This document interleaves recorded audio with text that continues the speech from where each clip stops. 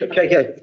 Good afternoon and welcome all to the meeting of the West Midlands Police and Crime Panel.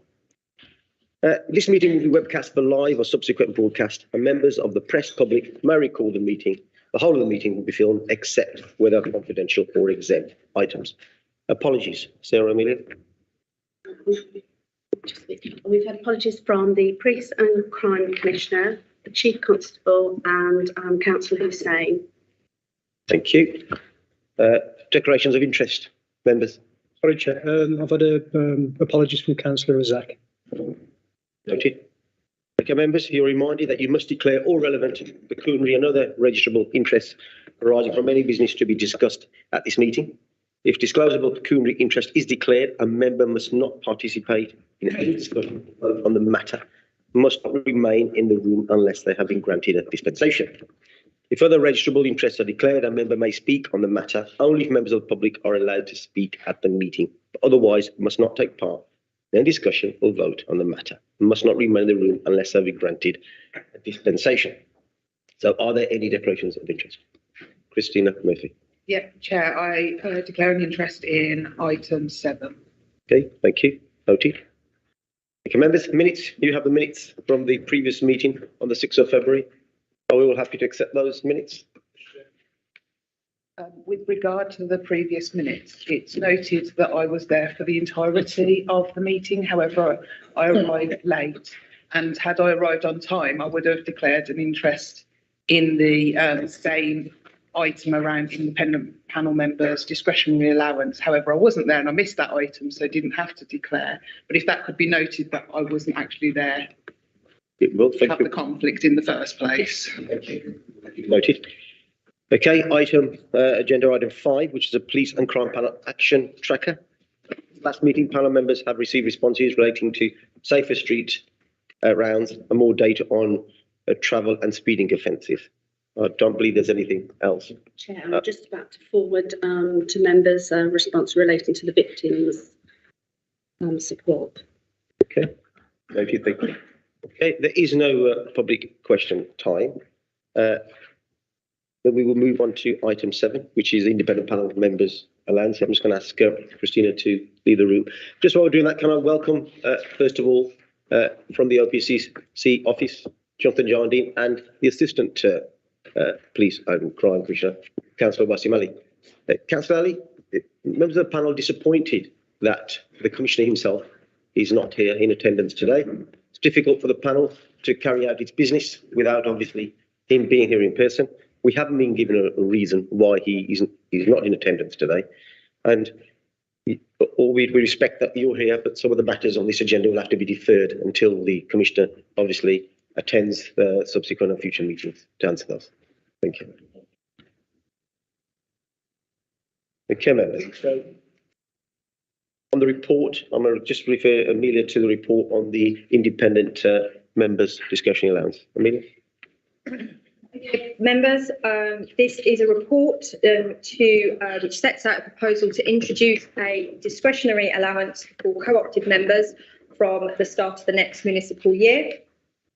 The recommendation for the panel is that it agrees to introduce the discretionary allowance, and it approves the proposed annual discretionary allowance of £920 per annum per independent member.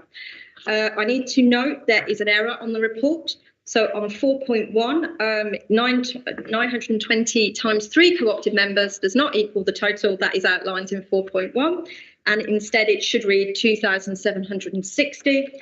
And as a result of that, the appendix, the budget report, later report in the under item 11 would be amended to reflect that increased amount for the independent member allowances, and there will be a subsequent reduction in the contingency to facilitate that. So that needs to be noted.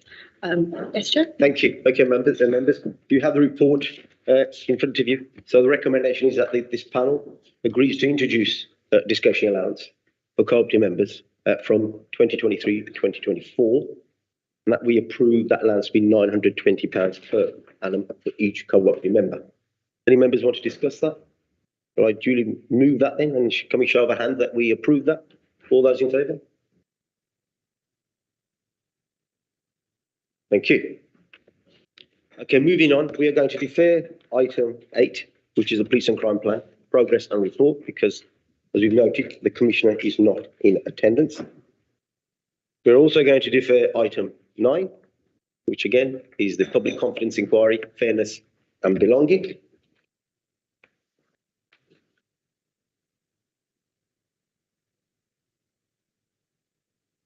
We're also going to defer item 10, which is the public confidence inquiry. What does the data tell us? Again, until such a time that the Commissioner could join us. So agenda item 11, which is the West Midlands Police and Crime Panel Budget 2022-23 and Expenditure 23-24. Amelia? Yes, so this is the annual report which outlines the expenditure for the panel in relation to the grant it received from the Home Office. The panel is asked to note the expenditure and to make any comments in relation to the forecast. As previously noted under item 7, there is an error in Appendix 2. So there, where it says allowances, which is row 4, it should say 2,760, and the contingency will therefore be amended to 7,420. Okay, members, any questions on the budget? Okay, so that's to note the report. Noted. Okay, agenda item 12, which is the annual report of complaint handling. Over to Amelia Marie. So this is the annual complaints monitoring form. This provides you with an update, the handling of the complaints made against the Police and Crime Commissioner, which are the ones that this panel would consider, and it covers the period April from last year to February of this year. The recommendation is that the report be noted. The report, members. Okay, it's duly noted. Okay, we're also going to defer agenda item 13, which is a Police and Crime Commissioner key decisions, until a later meeting. That brings us on to then agenda item 14, urgent business. Is there any urgent business, members? Take that as none.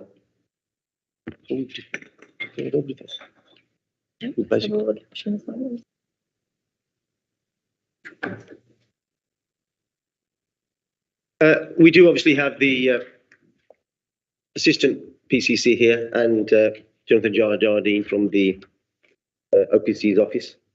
Just before we bring this meeting to a close, now that we've covered the agenda, we can't obviously cover the substantive matters because in the Commissioner's absence. Is there anything you would like to say? So unfortunately, the Commissioner's not able to come due to a personal matter, and he sends his apologies. And as noted, we'll pick up the rest of the items when he's able to next attend. Oh, sorry.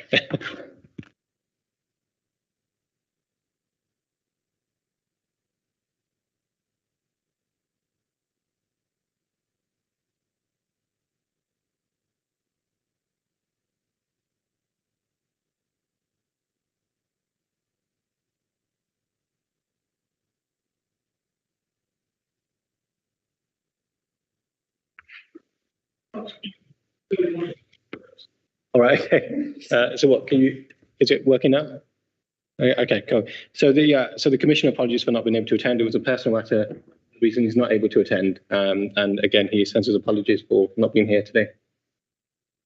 Just one thing from me, Chair, as I think has been reported to you by staff, we have made an offer for an individual for Chief Finance Officer for the Office of Police and Crime Commissioner, and we will be working closely with you to go through the confirmation hearing process at the earliest opportunity. We're just waiting for the outcomes of references and vetting, so a little while yet before we are at the formal position of making an offer to the individual. Thank you. Before I bring this meeting to a close, I just want to, this is going to be Lionel's last meeting. As you all know, he's leaving the panel. Lionel, I think we just want a note of thanks for your service to this panel. You will be missed. you have been a valuable member of this panel, and I'm speaking just from 4 years of obviously being on the panel with you. But we wish you all the best for the future. Anything you'd like to say? Well, I did have, just before you proposed to councillor, I did have a short, just to make of the panel members. But suffice to say, it's been an honour and a privilege to serve. I'm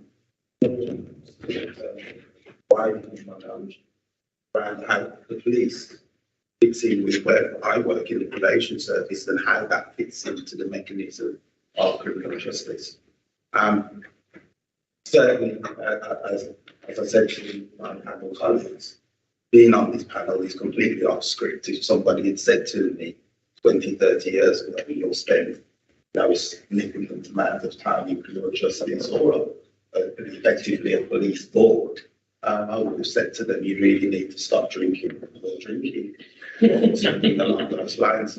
But that goes to prove that some of the people, especially young people in the community, who are involved in antisocial behaviour, and they are perpetrating certain types of behaviour, which is unacceptable.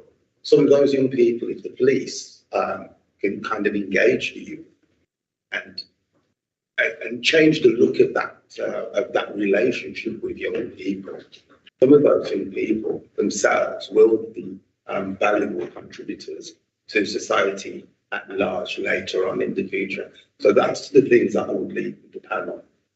Engage young people and also continue to put victims at the centre of your operations, your plans, how you spend the money. It's a lot of money, yeah.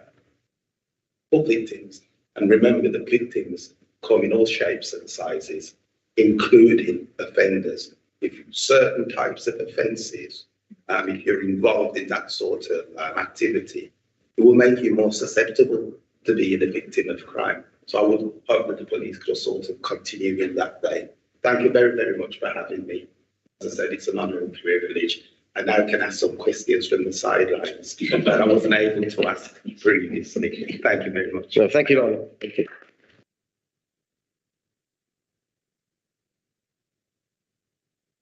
Okay, members, I'd just like to thank all of you for attending the meetings of the past 12 months and with all the input and scrutiny that we show the OPCC and a critical friend. And I'll bring this meeting to a close. Thank you. Thank you, the chair.